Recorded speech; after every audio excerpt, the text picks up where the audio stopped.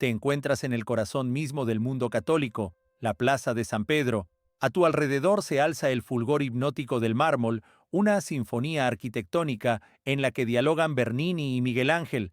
Te llega el zumbido de una multitud interminable, el tañido solemne de campanas, el rastro de incienso que se mezcla con perfumes caros. Levantas la vista hacia la cúpula que domina Roma como una corona de la cristiandad. Sin embargo, miras en la dirección equivocada. La historia que hiela la sangre y corta la respiración no está en lo alto, sino justo debajo de tus pies, a apenas 10 metros de profundidad, donde termina la civilización visible, comienza un reino de sombras. El Vaticano, estado mínimo, potentísimo y sacratísimo, descansa sobre un gigantesco pastel de capas hecho de huesos humanos.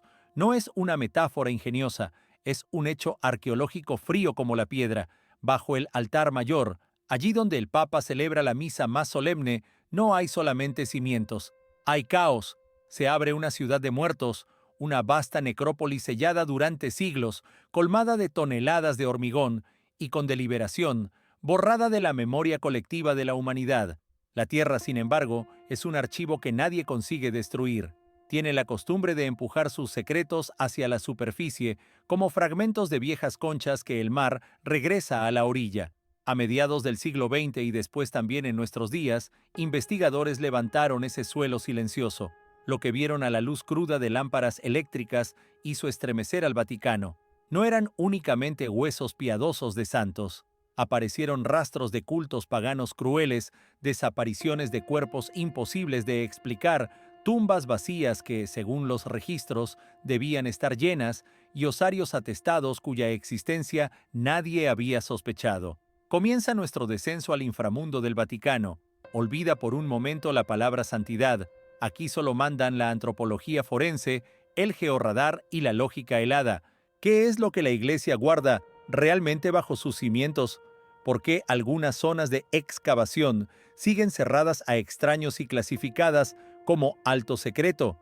¿Y de quién son los huesos guardados en cajas de plástico apiladas en estanterías de depósitos subterráneos?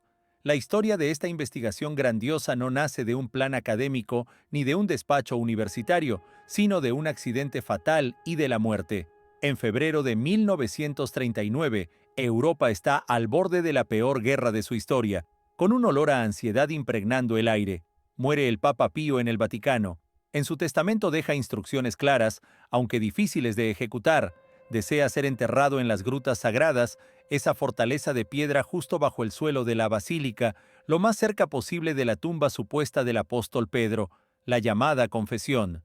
Los operarios, los Sanpietrini, una casta hereditaria de servidores de la basílica, comienzan a abrir el suelo de la estrecha fortaleza para preparar una hornacina destinada al pesado sarcófago del pontífice.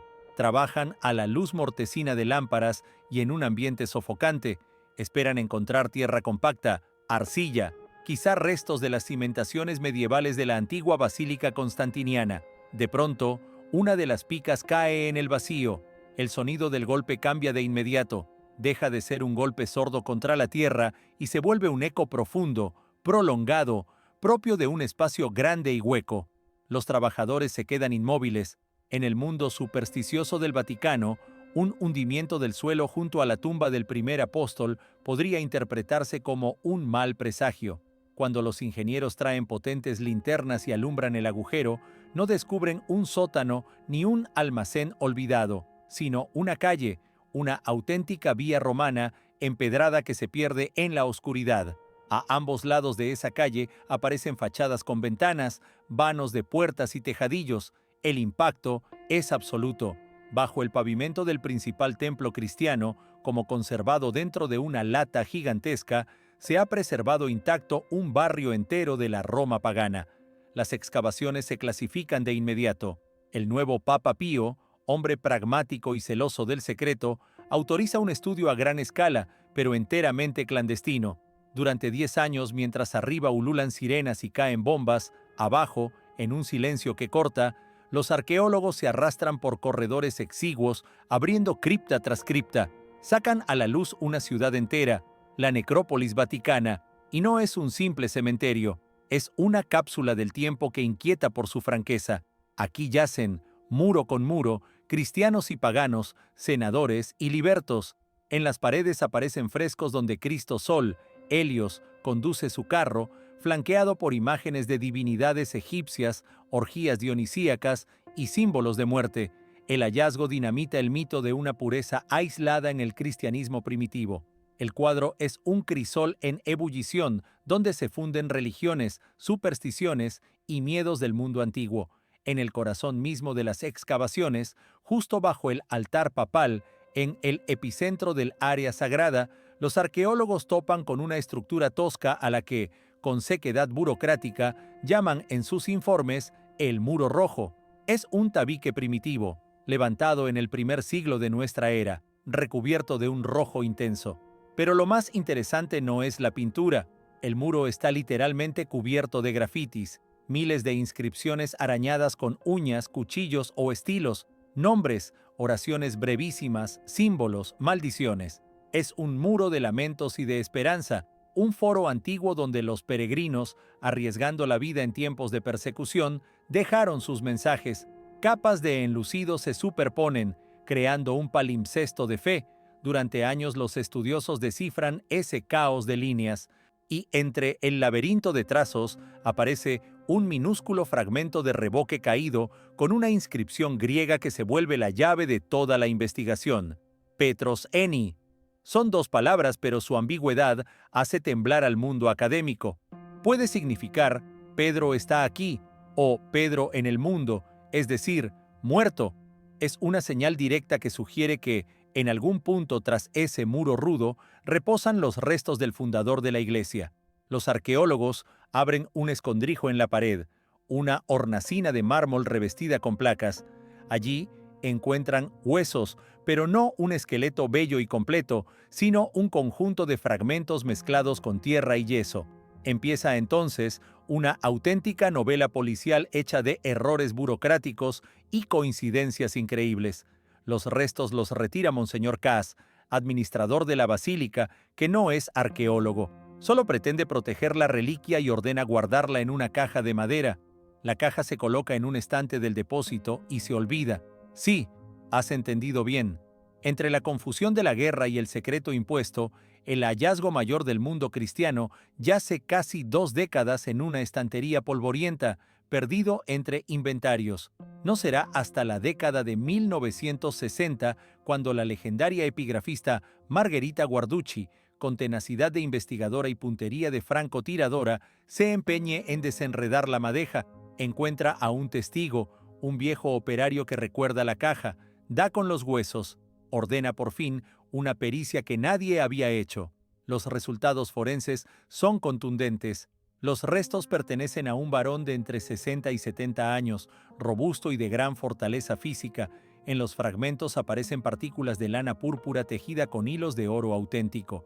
Eso indica que, pese al secreto del entierro, el cuerpo fue envuelto en prendas preciosas, un signo de altísima veneración comunitaria. Pero el descubrimiento más terrible lo hacen los anatomistas. Faltan por completo los huesos de los pies. Las tibias presentan fracturas brutales hechas con violencia. La escena encaja con la tradición del suplicio de Pedro, crucificado cabeza abajo. Los verdugos, al retirar el cuerpo a toda prisa en la noche, habrían cercenado los pies para no pelearse con clavos oxidados. En el laboratorio no miran una reliquia, sino la evidencia de una ejecución feroz acaecida hace casi 2 milenios. La tierra junto al muro rojo no resuma una santidad abstracta, sino violencia, dolor y miedo reales. Para entender la hondura del horror hay que situarse en el mapa. El georradar y los planos históricos muestran que la Basílica de San Pedro se alza no solo sobre un cementerio antiguo, sino sobre un lugar de ejecuciones masivas y espectáculos públicos. Bajo la nave izquierda y bajo una parte de la plaza, se dibujan los contornos de una estructura gigantesca, el Circo de Nerón, o de Calígula. Fue un hipódromo descomunal, un estadio para carreras de carros de más de 500 metros de longitud. El emperador Nerón, recordado como un enloquecido, lo utilizó no solamente para el deporte. Tras el gran incendio de Roma, en el año 64 de nuestra era, que arrasó buena parte de la ciudad y por el que se culpó a los cristianos, el circo se convirtió en una cinta transportadora de muerte. El historiador Tácito, que no sentía simpatía por los cristianos, describe los hechos con un naturalismo escalofriante. No se les daba simplemente muerte a espada, se les convertía en antorchas vivas, se cubría a las víctimas con brea, grasa animal y sustancias inflamables, se las ataba a postes a lo largo de la pista y, al caer la noche, se las prendía para que sus cuerpos ardientes iluminaran las carreras nocturnas del emperador. En los jardines vaticanos, las catas arqueológicas encuentran capas de tierra impregnadas de carbón y diminutas astillas óseas. Son las cenizas de los mártires. Cuando caminas por el mármol pulido de la basílica, en realidad pisas un terreno que absorbió litros de sangre y grasa humana derretida. El Vaticano se sostiene sobre un basamento de dolor absoluto. Aquí, en medio de aquella locura, entre gritos de la multitud y el bramido de las bestias, crucificaron a Pedro. El único testigo silencioso que ha sobrevivido a ese espanto es el obelisco egipcio, que entonces se alzaba en el centro del circo y hoy preside el corazón de la plaza de San Pedro. Si esa piedra hablara, contaría una historia capaz de enloquecer a cualquiera. Los romanos maldijeron este lugar y lo consideraron impuro, y aún así, hubo quien volvía de noche. Volvían para robar cuerpos y para rascar un nombre sobre el muro, jugándose la vida. El sitio atraía la muerte, y como muestran episodios del siglo XXI, sigue atrayéndola. Demos un salto de la polvareda del pasado al presente de teléfonos inteligentes e Internet. En julio de 2019, el Vaticano se coloca de nuevo en el centro de la atención mundial. Esta vez, no por una elección pontificia ni por una festividad, sino por un thriller gélido. La familia de Emanuela Orlandi, una adolescente de 15 años desaparecida en el centro de Roma en 1983, recibe una carta anónima. Solo incluye la fotografía de un ángel de mármol del cementerio teutónico dentro de los muros vaticanos y una frase ominosa: busquen donde señala el ángel. El ángel del sepulcro sostiene un pergamino apuntando hacia las tumbas de dos princesas alemanas del siglo XIX, Sofía de Bongenée y Carlota Friederike de Mecklemburgo. Los abogados de la familia, aferrados a cualquier esperanza, obtienen permiso para exhumar. El mundo entero contiene la respiración. Científicos, policía y prensa aguardan encontrar los restos de las princesas y, quizá, comprobar si el cuerpo de la joven desaparecida fue colocado allí. Los obreros levantan pesadas losas de mármol, se encienden focos, las cámaras acercan el objetivo y entonces cae un silencio que corta. Las tumbas están vacías, absolutamente vacías. No hay rastro de Emanuela, no hay princesas, ni siquiera polvo de ataúdes o jirones de ropa. Bajo las losas aparecen cámaras de ladrillo limpias y desnudas. La anomalía desafía la comprensión. ¿A dónde fueron los cuerpos de personas nobles, miembros de casas reales, sepultados con honores máximos? ¿Quién, cuándo y por qué abrió esas tumbas y las dejó estériles? No parece un robo. Un ladrón habría dejado los huesos y se habría llevado joyas. Esto se parece a una eliminación profesional de evidencias. La imagen del Vaticano tambalea. La investigación sigue y lo siguiente resulta aún más inquietante. Cerca de las tumbas vacías, los técnicos detectan una trampilla de hormigón que desciende a un sótano bajo el edificio del Colegio Teutónico. Es una estancia que no figura en los planos modernos. Al abrir la compuerta, sale un olor a humedad y a secreto milenario. Los investigadores bajan por una boca angosta y entran a una cámara oculta. El haz de la linterna arranca de la oscuridad una escena propia del cine más tenebroso. Es un osario gigantesco, un búnker de hormigón lleno hasta casi el techo de huesos humanos. No hay decenas, ni centenas, ni miles de huesos ordenados. Hay una masa revuelta, cráneos junto a pelvis, costillas diminutas de niños mezcladas con fémures de ancianos. Es una fosa común a pocos metros de la pompa, bajo la nariz de la Guardia Suiza, de la policía y de millones de visitantes. ¿Quiénes son estas personas? ¿De dónde proceden? El Vaticano declara oficialmente que, probablemente, se trate de restos trasladados durante las obras de reconstrucción del cementerio y del colegio en las décadas de los 70 y los 80 del siglo XX. Pero el estado de los huesos y el hecho de estar amontonados sin etiquetas deja atónitos a los forenses. Comienza una labor gigantesca y minuciosa de clasificación. Expertos vestidos con trajes de protección pasan horas ordenando fragmentos en largas mesas, intentando recomponer un rompecabezas tridimensional monstruoso. Entre miles de piezas buscan ADN que arroje luz sobre la desaparición de Orlandi. Los análisis preliminares indican que la mayoría de los huesos son muy antiguos, del siglo X y anteriores. Sin embargo, el mero hecho de que exista un enterramiento secreto semejante dentro de un estado soberano asombra. ¿Por qué esconderlo en una compuerta como ropa sucia? ¿Por qué no reinhumar de manera cristiana, con oración y con nombres? Parece un vertedero de la historia, un lugar donde se arrojó todo lo incómodo, todo lo que convenía ocultar. Este hallazgo se hace público. El Vaticano es, una vez más, un pastel de capas de secretos, y nadie sabe qué hay en la capa siguiente, más profunda. Volvamos a las excavaciones bajo San Clemente y otras iglesias antiguas de Roma, áreas bajo la jurisdicción directa y el control del Vaticano. Allí los arqueólogos se topan con un fenómeno que la iglesia oficial intentó durante mucho tiempo silenciar por su incomodidad teológica. Directamente bajo los altares cristianos, en los niveles más bajos, aparecen santuarios de Mitra perfectamente conservados, los Mitraea. Son salas oscuras, cavernosas, que imitan cuevas, con bancos de piedra a lo largo de las paredes para los iniciados. En el centro se levanta siempre un altar con la imagen de Mitra, un dios joven de gorro frigio, sacrificando a un toro con un puñal, la escena de la tauroctonía. El culto de Mitra fue el competidor más fuerte del cristianismo en los 3 primeros siglos de nuestra era. Religión de legionarios, de emperadores y de espías, un culto de jerarquía estricta, apretones de manos, contraseñas y sangre. Lo más chocante es que las iglesias cristianas no se alzaron simplemente sobre Mitria destruidos para proclamar una victoria. Muy a menudo aprovecharon su base, incrustando en la nueva fe la potencia sagrada del dios antiguo. En algunas mazmorras se hallan complejos sistemas de canales de drenaje labrados en el suelo. Los historiadores discuten, pero una hipótesis sostiene que servían para evacuar la sangre de animales sacrificados. Imagina la escena con toda su realidad. Arriba, en la basílica, se cantan salmos angélicos y arde el incienso. Abajo, en el sótano húmedo bajo los pies de los fieles, flota todavía el fantasma de sacrificios sangrientos y juramentos militares. Con frecuencia aparecen estatuas de divinidades con la nariz y el rostro deliberadamente mutilados. Son cicatrices de guerras religiosas antiguas.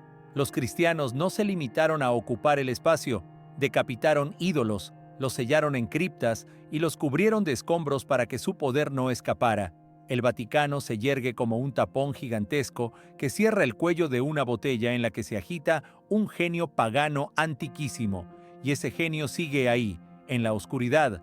La arqueología se asemeja a leer un libro cuyos pliegos están hechos de tierra compactada y escombros. La estratigrafía, la secuencia de capas bajo el Vaticano, se lee como una crónica negra de Europa. Con dataciones radiocarbónicas se han detectado huecos temporales y anomalías inquietantes. Hay estratos que corresponden a la Alta Edad Media, a la Gran Peste y a las incursiones bárbaras contra Roma. No contienen sepulturas cristianas cuidadas con cruces, sino vertidos caóticos de cuerpos. Son fosas de peste, huellas de pánico y mortandad en épocas en que no hubo tiempo para ritos funerarios, sino que los muertos se arrojaban a catacumbas y galerías bajo las viejas iglesias y se cubrían con cal. La colina vaticana está literalmente saturada de materia biológica de épocas distintas, y junto a ello asoman hallazgos más intrigantes, casi de aroma conspirativo. En zonas cerradas, accesibles solo a especialistas acreditados de la Pontificia Comisión de Arqueología Sagrada, circulan rumores persistentes sobre objetos que no encajan con la historia canónica, rollos, láminas de plomo con maldiciones y fragmentos de papiro hallados en entierros secos y herméticos. Algunos podrían contener textos gnósticos, versiones tempranas y alternativas de los evangelios declaradas heréticas y condenadas a la destrucción ya en el primer siglo. Si tales textos aparecieron en tumbas de cristianos primitivos bajo la Basílica de San Pedro, significaría que la heterodoxia vivió en el corazón de la Iglesia desde su inicio. El Vaticano filtra con extremo cuidado cualquier noticia textual procedente de la necrópolis. Sabemos de huesos, de muros de ladrillo, de monedas de oro depositadas en las bocas de los muertos. Sabemos casi nada de escritos que podrían haberse conservado gracias al microclima único de las catacumbas. El aire seco y estable de esos recintos es ideal para preservar papiro y pergamino, y si un quinto evangelio o documentos que contradicen dogmas asentados yacen a pocos metros de las rutas turísticas detrás de una fina plementería de ladrillo. Hoy las excavaciones bajo el Vaticano han dado un giro tecnológico radical. Las palas, cucharillas y brochas ceden su lugar a instrumentos de alta precisión. Georradares de última generación y tomografías de resistividad eléctrica escanean el pavimento de la basílica hasta profundidades de hasta 20 metros, componiendo un mapa tridimensional minucioso de anomalías subterráneas. Esos mapas revelan que apenas conocemos entre 15 y 20% de lo que se oculta abajo. Los dispositivos detectan cavidades rectangulares enormes, físicamente inaccesibles, salas tapiadas, accesos anulados siglos atrás, corredores colmatados que se prolongan más allá del perímetro amurallado, conductos de ventilación que no conducen a ninguna parte. En las pantallas aparecen zonas de alta densidad que podrían delatar metal, tal vez tesoros olvidados durante el saqueo de Roma a manos de lanceros alemanes en 1527, o archivos secretos ocultados hasta tiempos mejores y nunca recuperados.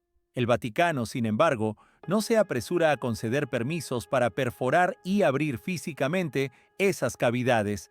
La política de la Santa Sede se resume en no dañar y quizá no saber más. Cada autorización profunda llega con cuentagotas tras negociaciones interminables.